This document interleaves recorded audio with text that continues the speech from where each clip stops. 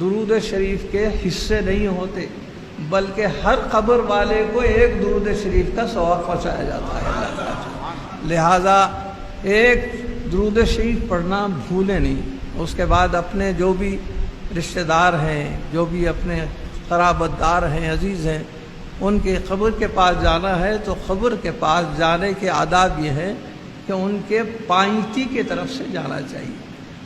پائنتی کی طرف سے اس لیے حدیث شریف میں ہے، طی الفراسخ میں لکھا ہے کہ بندہ مر جانے کے بعد بھی اس کی روحانی، اس کا شعور، احساس برقرار رہتا ہے۔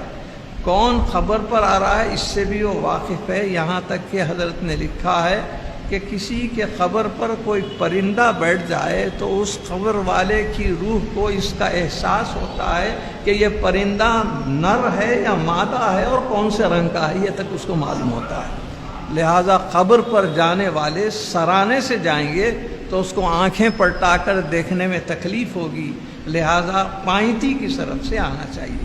اور آ کے کھڑے رہنا تو ایسا لوگوں کو معلوم نہیں، جیسے نماز میں قبلے کے طرف منہ کر کے کھڑے رہتے ویسے کھڑے ہو جاتے، ویسا نہیں ہے، بلکہ اس مزار والے کے سینے کے سامنے اس کی طرف ہی منہ کر کے قبلے کو پیٹ کر کے کھڑے رہنے کا حکم ہے۔ یہ آداب زیارت ہے، کیونکہ ہر ایک کو دفن کرتے وقت اس کا چہرہ، منڈی قبلے کے طرف کر دی جاتی ہے۔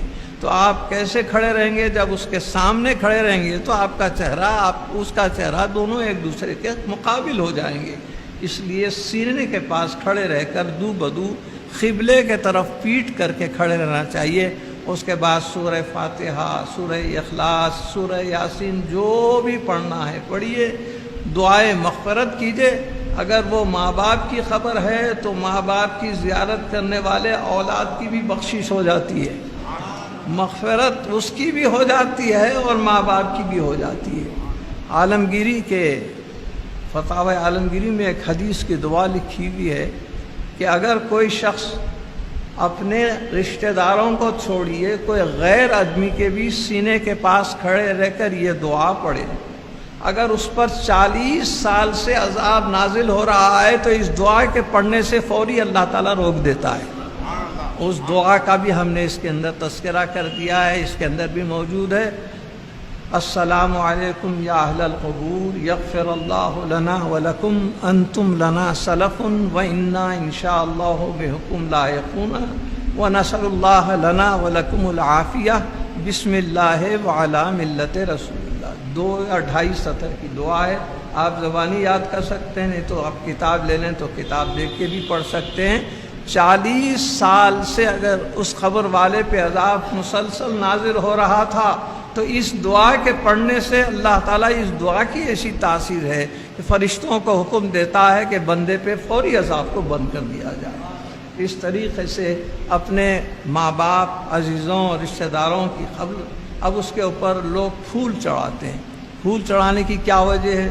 بعض کہتے ہیں کہاں ہیں حضرت؟ مکے میں پھولا ہیں کیا؟ مدینے میں پھولا ہیں کیا؟ بغداد میں پھولا ہیں؟ بھائی پھول کیا چیز ہے اس کو دیکھنا چاہیے۔ دراصل بخاری شریف کی ایک حدیث ہے کہ سرکار دو عالم صلی اللہ علیہ وسلم ایک صحابی کو دفن کرنے کے بعد جب مٹی پوری ہو گئی تو آپ نے فرمایا کہ کوئی ایک تازہ جھاڑ کی ڈالی لے کر آؤ۔ تو فوری صحابہ بھاگے، ایک ڈالی لے کے آئے، آپ نے اس کو اس کے اوپر لگا دیا، اس کی مٹی کے اندر کھڑا کر دیے اس کو، اور فرمانے لگے یہ تازی ڈالی چونکہ تازہ ہے اللہ تعالیٰ کی تسبیح کر رہی ہے، یہ جب تک تسبیح کرتے رہے گی تو اس وقت تک خبر والے کے اوپر اللہ تعالیٰ عذاب کو موقوف کر دے گا اور اس کو ثواب ہی ثواب عطا فرمائے گا، رحمت ہی رحمت داخل کرے گا۔ تو دیکھیے اس ڈالی کا یہ ثبوت موجود ہے کہ ہم ڈالی کے بجائے پھول چڑھا رہے ہیں۔ پھول بھی تو اسی کی قسم ہے، آپ سبزہ پھول چڑھائیے یا کوئی ڈالی چڑھائیے، یہ سب تازی چیزیں ہیں۔ ان من شیء یسبح بحمدہ، قرآن میں ہے کہ جو بھی چیز ایسی ہوتی ہے اللہ کی تسبیح اور اس کی تعریف بیان کرتی ہے۔ تو اب اس طریقے سے پھول جب تک رہیں گے اس وقت تک کے برابر تعریف کرتے رہیں گے، تسبیح کرتے رہیں گے، اس سے فائدہ خبر والوں کو رہے گا۔ اور اس حدیث سے یہ بھی ثبوت ملا کہ اگر پھول اور ڈالی کی تسبیح سے قبر والے کو فائدہ ہو رہا ہے تو انسان کی تسبیح سے فائدہ کیوں نہیں ہوگا؟ اس سے بھی اور زیادہ فائدہ ہوگا۔ لہٰذا